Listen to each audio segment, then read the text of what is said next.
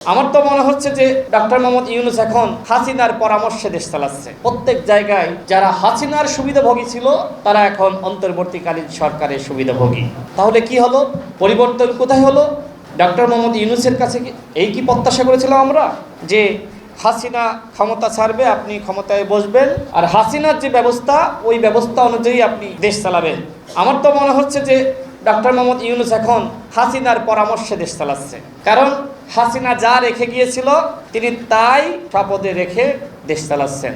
এইভাবে কি মুজিববাদী চেতনার বিনাশ হবে? এইভাবে কি আওয়ামী ফ্যাসিবাদের বিনাশ হবে?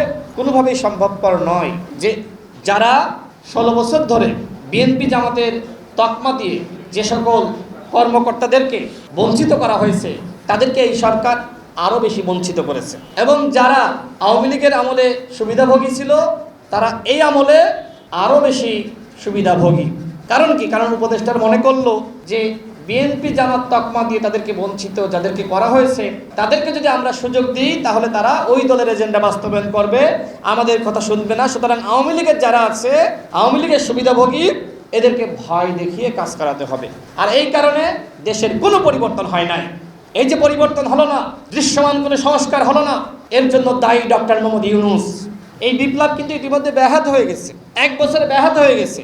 আমরা প্রত্যাশা করেছিলাম রাষ্ট্র সংস্কার, গণহত্যার বিচার, এই সরকার অন্তত বিচারের একটি সঠিক পথ আমাদেরকে দেখাবে।